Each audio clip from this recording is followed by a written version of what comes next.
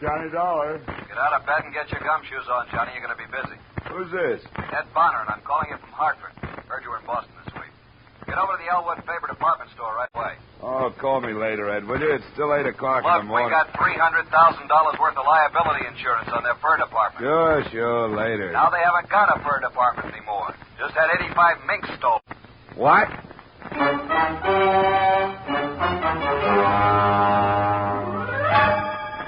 Edmund O'Brien, in another transcribed adventure of the man with the action-packed expense account. America's fabulous freelance insurance investigator. Yours truly, Johnny Dollar.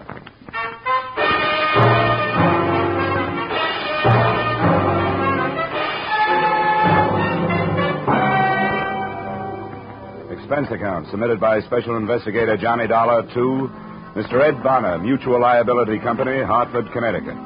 The following is an accounting of expenditures incurred during investigation of burglary affecting policy issued to Elwood Faber Department Store, Boston, Massachusetts, or the 85 Little Minks. Expense account. Item. $1.90. Taxi fare to Stewart Street entrance of Elwood Faber Department Store where a police emergency ambulance was standing open. Police officers were helping a man in a white coat load a blanket-wrapped figure onto the ambulance litter. I got my first information from the intern. What's up? Oh, I only work the wagon. I pick up where everything else left off. This guy's name's Cronin. He's a night watchman here. Dead? Oh, about an inch away. We already gave him a transfusion upstairs. If the bullets don't kill him, the exposure will. What does that mean? Besides holes in his chest, he's also got frostbite. Somebody plugged him, let him lay in the cold storage vault where they keep the furs. How long ago? Oh, who knows? All right, Percy, wind it up. Let's get out of here. Come on.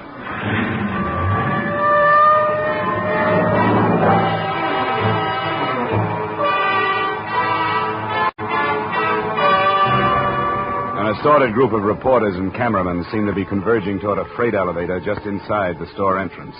I converged with them, and we all rode up to the 5th floor where 2 plainclothesmen from burglary detail stopped us. I showed my ID card, argued for 5 minutes, and finally got a frown and a thumb jerk. I walked across 35 yards of expensive carpeting through a cubbyhole office door into a large room. Standing in front of a huge refrigerated vault was a tall man in a black Stetson. His name was Delaney. We shook hands.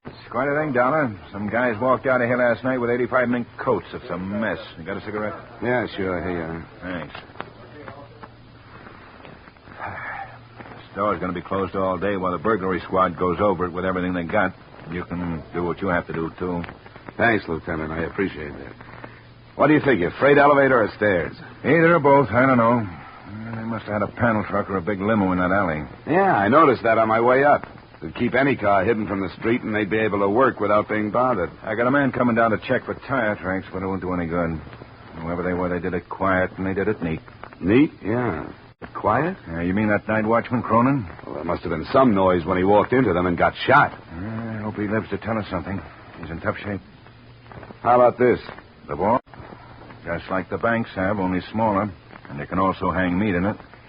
Not pried or blasted or cut into, just plain old-fashioned tumbler work. Sandpapered fingers and all. That wouldn't surprise me. Somebody was plenty good. Not even marks of a jimmy or pry tool to feel an edge. Just picked and plucked as nice as you please, and 14 little tumblers fell back, and the door swung open. I thought that kind of thing stopped with Jimmy Valentine. Yeah, so did I. Who reported it? A guy named Dmitri Stroganoff, manager of the fur department. Come on. He's in his office now giving a statement to cover my boys. You can have a listen in. All I can say, I ask you, gentlemen, that I.J. Fox... There's your pigeon, Dollar. How could 80 such of you? things happen to Dmitri Stroganoff? Aha! Lieutenant Delahany. Mr. Stroganoff, this is Mrs. Dollar. He represents your insurance company. Oh, your acquaintanceship, Mr. Dollar, above all else I am glad to make. Aha! 85 mink coats valued at $300,000, coin of the realm. You have, of course, brought check for same, yes? No. What? The adjuster will do that, Mr. Stroganoff. I'm an investigator, but don't worry. Week by week, month by month, 14 years, I get 2 words from the insurance company. 2 words, pay premium. Now it's Stroganoff's turn to say back is 2 words. Pay Stroganoff. Believe me, Mr. Stroganoff, your money's waiting for you in a vault in a bank in Hartford where nobody can get it but you. Waltz, ba, ba, pa. Suppose you go right on with your statement, Mr. Stroganoff. We have to have it, you know. Why is my 8 for Mink in this direction? I answer you. Customer telephones Friday. Send over Mink coat right away, she says. I send. Night comes, she wears coat to party. To breakfast next morning, she's also wearing coat, maybe eggs she's eating. To party Saturday and to cocktail Sunday also. Monday, aha. My husband does not like coat. I'm sending back, she says. Mink! Real tough, Mr. Stroganoff. You can never tell what people will do next. Dmitri Stroganoff can tell. Look, if you'll just answer a few questions... This morning, even as I arise, comes to me a feeling of doom. Yes. Yes. Well, now about... Something is going to happen bad, I said to myself. And when I get here, no, even before I get here, I slip and fall. No, even before that. Parking ticket for too long spot. No, even before that.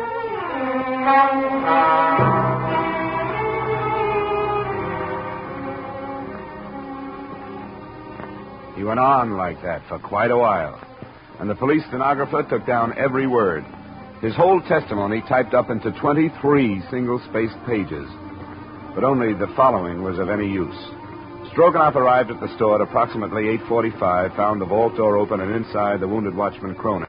Also, the mink coats gone. Stroganoff notified insurance company. Stroganoff notified police in that order. Expense account, item. $1.35 for 2 ham sandwiches, 2 bottles of beer, all of which I shared with Lieutenant Delaney in Stroganoff's office. All kinds of heists. Jewels, trucks, cars, banks. But this is the best so far. A real 14-carat double-breasted A1 dilly. That's what it is, Dollar.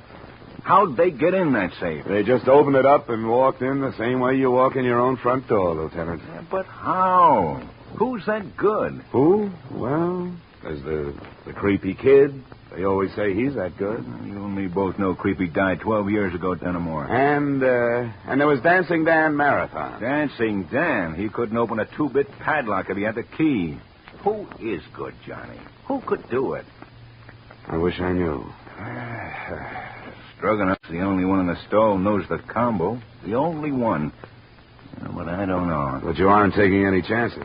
Didn't I see 2 of your men tail him out of here? You bet your life you did. And by the way, didn't you put in a call to your office and have him checked on? You bet your life I did. Cop work. All the time we got... Delaney. Yeah, hi, Richie. Well, give it to me. Yeah. Mm-hmm. All right, thanks.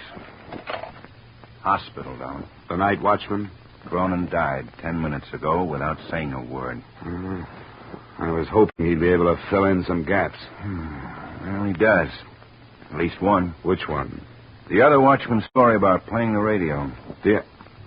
What other watchman? Al Reedy. Oh, I'm sorry, Dollar. Maybe you passed him up. Well, tell me about him. Was he shot, too? No. We questioned him first thing this morning. You see, Cronin made the rounds, and Reedy held down the office. Reedy didn't know nothing about anything last night. He was listening to his radio in his office downstairs. What gap does that fill? And Doc says Cronin got it with a .32. That'd fit. They don't make much noise, and a man leaning into a radio close. Reedy, huh? Well, where can I find him? Right here. He's waiting in the locker room. Why, you want to talk to him? Yeah. Mind? Oh, help yourself, Dollar. Thanks. Oh, Dollar. Yeah? You're looking for $300,000 worth of mink coats. I'm looking for a killer. Don't be a wise guy when you do your poking around, huh? I'll try to keep my nose clean, Lieutenant.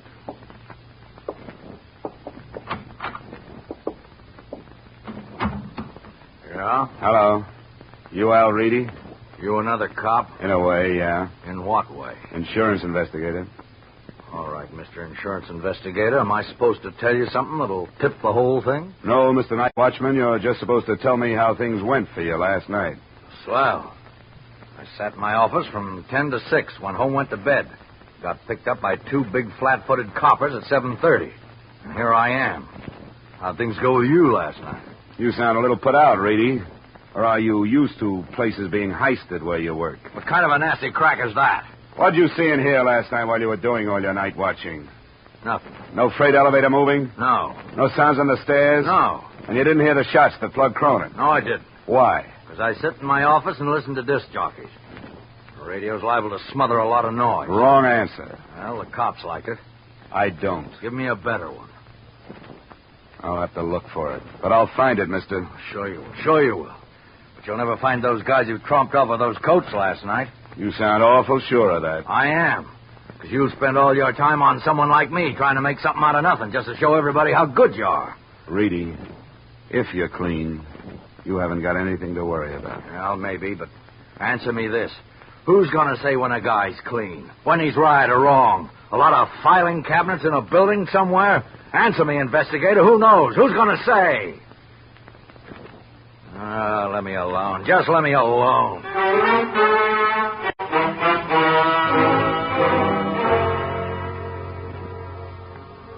I didn't know what to make of Al Reedy, but I did know I wanted to know more about him. At the personnel office, I pulled out his application card. It looked good enough, and then I suddenly put it back. I had a hunch, and I headed for the Middleton Safe Company. The president and chief designer of the Middleton Safe Company was standing under a blue light in the center of a newly completed vault. He seemed lost in the huge room of shiny, gleaming metal all around him. Please excuse me for not receiving you in my office, Mr. Dollar. Inspection day? Something like that. Now, this is what I call the Big Haze. Beautiful, isn't she? Completed a fortnight ago for a firm of South American bankers. You work on the safes and vaults yourself, Mr. Middleton. Indeed I do. The drama of it captured me as a youth. To compose and weld and conform metal into an impregnable stronghold. Oh, it's fascinating, huh? Yes, of course. Fine metal, case-hardened, perfectly alloyed Ohio steel. Strength, Mr. Dollar. Strength. But then I bore you, sir. And now then, why are we meeting? So you can tell me something about safes and vaults, Mr. Middleton? Oh, I dare say I could, sir. But I'm afraid you'll have to be more specific. All right. Tell me about the kind of vault you manufactured for the Elwood Faber department store. A vault for... Oh, yes, the fur vault. Oh, yes, of course. What precisely do you wish to know about that vault? How someone could open it without knowing the combination. Oh, an impossible occurrence. Have you read the morning papers? Papers? What about them? That particular vault was opened last night and all the furs taken. What do you say? Looted? But that's impossible. It happened. And that's why I'm here. Well, this is quite a... Oh, dear me, Mr. Dollar. Of course, you'll want a thorough account from my organization. Of course. And I shall be glad to furnish you with any information that might be helpful. I'd like to know how the combination was set and who knows it. But I'd have to know the serial numbers on that particular vault. Yeah, try these. Oh, well, you're a very efficient man, Mr. Dollar. I see you've jotted them down. Well, let's go up to my office and look them up. Oh, no, sir. That won't be necessary. I recognize these serials. D4536. Oh, D. Oh, D stands for Dana. Mr. Dana set the final combination. Mr. Dana? My chief engineer for years. And who else besides him would know it? Myself and the person in proper authority at Elwood Faber, of course. Well, that would be Stroganoff. Anyone else here? No, sir. I'd like to talk to Mr. Dana, then. Well, I'm afraid that's quite impossible, sir. Oh? Albert Dana has been dead for 7 years. Up to and including that point, I had a whole lot of nothing to go on. But by the time I got back to Boylston Street, heading for my hotel, things began to happen. A police car pulled up at the curb, and a familiar Stetson on top of a familiar head leaned out of the window. Hey, Dollar, yo. Yeah, hello, Delaney. Hop in. Just come by to get you. I thought you might be interested in a guy. What guy? The one we found floating down the Charles River an hour ago. Who is he? I don't know. But it looked like he's got the same enemies as a night watchman named Cronin. Huh? Yeah. There were 232 slugs in him. We wouldn't have picked it so fast, only that's the second pair been through ballistics in one day. And they match? Like your two front teeth. The same gun killed the night watchman and the guy in the river.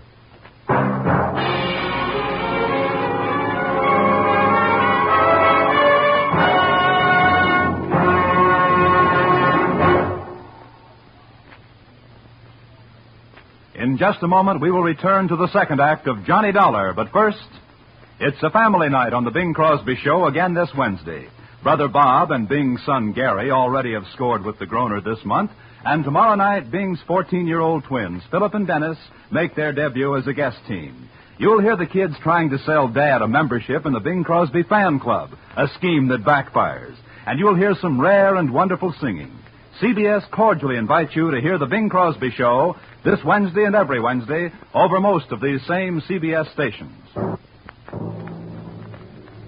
Now with our star, Edmund O'Brien, we return to the second act of yours truly, Johnny Dollar.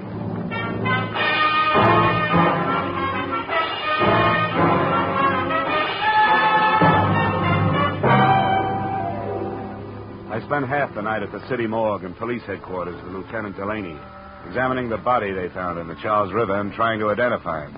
All the labels were ripped out of his clothes and the laundry marks were cut off. We were left with just his physical characteristics and fingerprints. The mug file didn't duplicate him, and the prints didn't check with anything in town, so they sent them to the FBI in Washington. I got to my hotel at 4 a.m. to get some sleep, and I got it. 3 of the shortest hours worth I ever had. Dollar? I'll tell her when he comes in. This is Ed Bonner, Johnny. How would you like to be fired? Huh? Yeah, Mr. Bonner, sir. What can I do for you? Turn up with 85 mink coats. What have you been doing since yesterday? Sleeping? Bonner, I've run my legs down to my knees, honest. I've been trying to find out something, anything. I've peeked into so many corners, I've got television eyes. And I've got a weak heart. Unless we find those furs in 24 hours, we have to pay off Elwood Faber $300,000. Well, what are you going to do? Take it out of my pay? We have to. We'll start by selling your body to a medical school. Please, Johnny, do something. Bonner, what's Elwood Faber's financial position? AAA. Couldn't be better. They wouldn't steal him. How about the fur man, Stroganoff? He's always had money. Family. All right, Bonner, I'll keep after it. I'll call you when I get something. Johnny, don't take my shouting personally, but this is a big one. Give it everything you got. I forced myself to get out of bed, take a shower, and get my clothes on. I started for the door and had no idea where I was going Aha, Mr. Dollar. when somebody did my thinking for me. To see you personally, I, Stroganoff, maestro of the Elwood Faber Fur Department, am here. Do you have any news? News! Every paper in the country it should hit. Twice. Never in my 30 years of association with that foul little beast, the mink, has anything like this happened. What happened? You wouldn't believe me. Look, I'm pretty gullible. Well, it's incredible. I don't blame you for not believing me. Are we going to keep up this game, or do you tell me? Don't get huffy with Stroganoff. I will tell you. This morning, wrapped in dirty cardboard box, is arriving at the Fur Department. Guess what?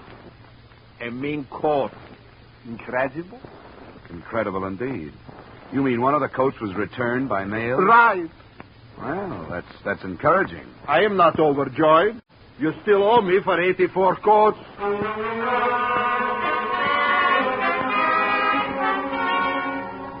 Item, $1.90 for cab fare to Elwood Faber.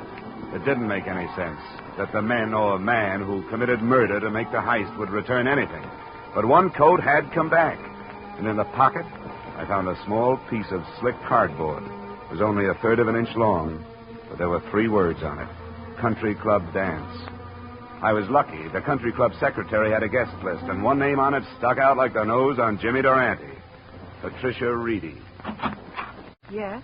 Oh, Miss Reedy? Yes. Who are you? My name's Johnny Dollar. Your father is employed at Elwood Faber, isn't he? That's right, but Is he in now? he's probably in bed. May I help you? Well, I don't know. I saw you at the country club dance the other night. Oh, were you there? Oh, I couldn't keep my eyes off you, especially when you had that mink coat on. The mink. Well, Talk with this guy, Pat. What do you want, Dollar? Some information. Patty, will you make some coffee or something? all right, Dave. Anything else? Oh, nothing I can't handle. Okay, Dollar, what are you doing here? Who asked you into my house? My job. I came to find out about a mink coat that showed up at Elwood Faber this morning. Look, let's go out in the hall and talk. Okay. All right, Reedy, let's hear it. Now, don't go into a long song and dance. I'll tell you everything. Just the way it was. And I'd be real interested. The way I figure it, you helped in the theft. You maybe even killed Cronin. You kept one of the coats, but you got scared you might be caught with it, so you sent it back.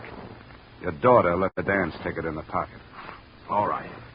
Here's the story right down the line. I didn't help in the heist. I had nothing to do with it. I didn't even know what was happening. Like I told you, I was in my office, listening to the radio. Tell me, Reedy. You ever been arrested? Well, Dollar, you're smart enough to find it out sooner or later. I served time, sure.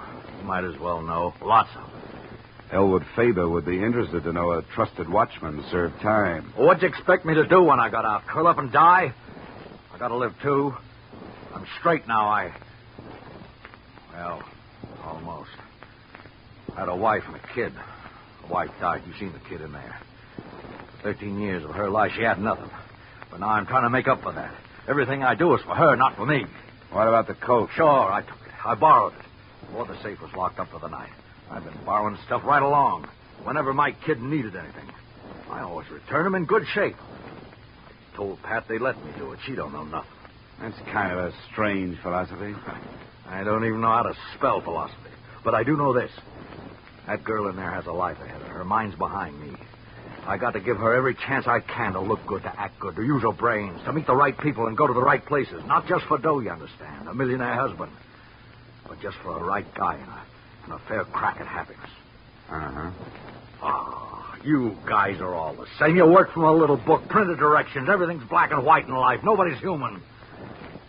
Oh, well, that's that. I don't know what you're going to do, but I hope it don't blast that kid's life to pieces. Reedy, you should have thought of this a long time ago. I don't want any lectures. You'll shut up and you'll listen to me. I think I believe you. Maybe you're right. Maybe we do work from printed directions a little too much. Well, I can use a little judgment on my job. I think, for now, I'll forget everything you told me and forget where that coat came from. Go on back to bed. Go on, Reedy. Well, I didn't expect that from you, Dollar. Reedy, I know what bad breaks are like, too.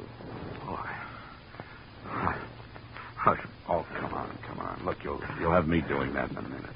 Hey, Dollar, I don't go in for this stool-pigeon stuff. I never have. Well, now, I see it another way. It doesn't matter what you tell as long as you tell it to the right guy. What does that mean? I'm going to give you something. It'll take them at least 24 hours to identify the guy they found on the Charles River. Picture in the paper this morning. Well, I can tell you right now who he is. Who is he? Ted Gray. Worked in Elwood Faber about 6 weeks. Was fired 2 weeks ago. How do you know? Oh, I just know.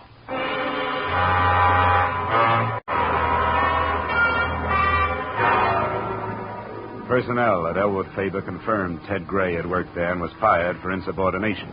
His address was 1432 Parkhurst Avenue, and I was over there in 15 minutes. It was an ordinary, undistinguished apartment house. No one answered when I knocked at apartment 12A, but the door was unlocked. Except for the furniture, the room had almost nothing to offer. I poked around for half an hour before I saw the phone numbers written on the wallpaper next to the phone. There were 14 numbers, and I started calling them right down the line. The first 7 produced such things as Ling Chi Chinese Hand Laundry, the Happy Hour Liquor Store, and several other things that didn't have the particular information I needed. On the 8th call, I got the call. Hello? Hello. Is Harry there? Harry? Harry who? Harry Gordon. Well, I'm sorry.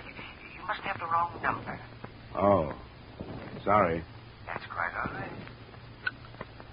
Maybe he didn't know Harry, but I knew him. At least his voice. I called Lieutenant Delaney and told him where I was going. It was dark by the time I got to the Middleton safe factory. There was a single work light spreading a sickly yellow glow over the main floor of the loading platform. There wasn't a sound when I entered. That was too good to last. It went off somewhere in the darkness, and I dropped behind a medium-sized safe and waited for a gun flash. Dollar? Johnny Dollar? What are you doing here? Looking for 84 mink coats, Middleton. I thought that was on the phone, Dollar. How much money do you make? Not much, but save your breath. You're going to need it to run. A man of your talents could do a lot in South America. With 100,000 and a business. I could never remember all those Spanish verbs. Thanks. Have you got anybody coming? Lots of people, Middleton. Lots. If I hit you, how'd I know you weren't a burglar? You know, I'll never give up. Then you'll have to shoot better than that. You missed me 10 feet. Oh, my windage screw is off.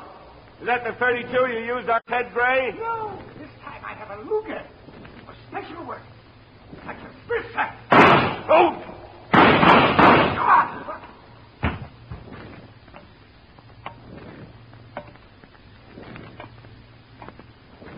That Luger didn't help you much, Middleton.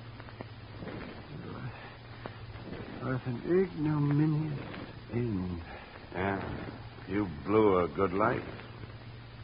Well, I could never find what I wanted. Look, I know why you kicked the watchman over, but why your own boy, Gray? He was in on the deal with me, but held out a coat for himself. That shows you how wrong you can be. It wasn't Ted Gray. You see, Middleton... Oh. Dollar! Over this way. You've been shooting up the town, Dollar. Now what's this? Jessup K. Middleton, he's your boy. Yeah, boy, for what? For the fur heist and the bodies at the morgue. How do you know? Well, there's a safe full of furs on its way to South America somewhere. If you hurry, you might stop it at the port of New York. Well, why would he kill the guy in the river? And who was that guy? Ted Gray. He was the man who cased the Elwood Favor job. He reported 85 coats ready to go. And when only 84 showed up, Middleton thought he was holding back on him. Well, okay, Johnny. Thanks for doing all the work. I was just lucky, lady. Yeah, you sure were. You could have been hit where it hurt worse. Come on, let's have the ambulance doctor look at that shoulder.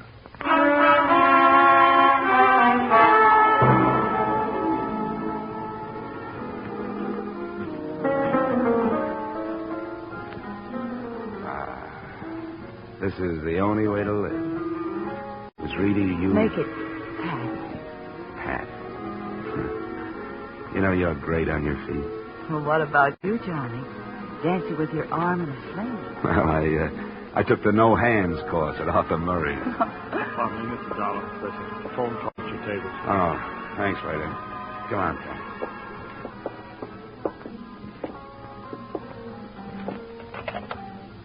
$20. Ed Bonner, Dollar. Bonner?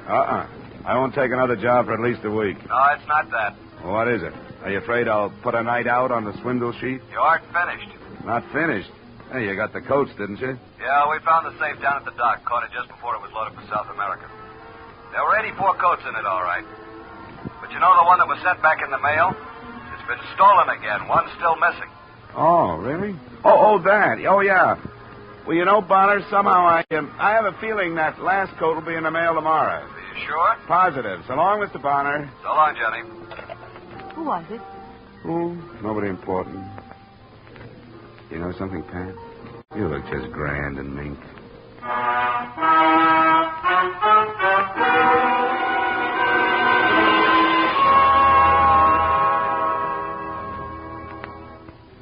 Well, the coat did show up the next day and in the mail. Maybe she'll have one of her own someday. Me? I stuck around Beantown for a few days to get a better look at the Bunker Hill Monument, Paul Revere's home, and her deep blue eyes, which began hinting at wedding bells. So, expense account item, $11.75 back home, but fast. Expense account total, $384.16. Yours, truly, Johnny Dollar.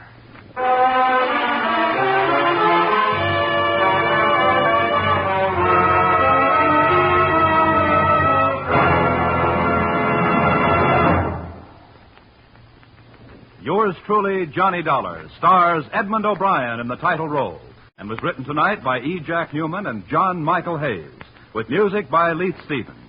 Featured in our cast were Harry Bartell, Joseph Kearns, Hans Conried, Bill Johnstone, Howard McNear, and Gloria Blondell.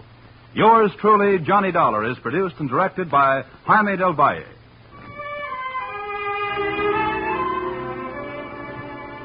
Join us next week when Edmund O'Brien returns in another transcribed adventure of...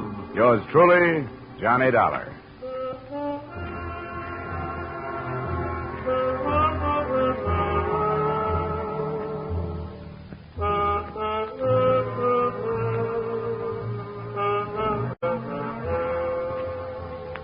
If you've got a piece of string handy, you better tie it around your finger so you won't forget to file your income tax return. The deadline is March 15th, you know, and March 15th is right at hand. So to avoid penalties, file your returns promptly, but don't be in such a hurry that you forget to sign your name or attach your withholding statement. Now stay tuned for the adventures of Philip Marlowe, which follows immediately over most of these same CBS stations. This is CBS, where you meet Gene Autry every Saturday night, the Columbia Broadcasting System.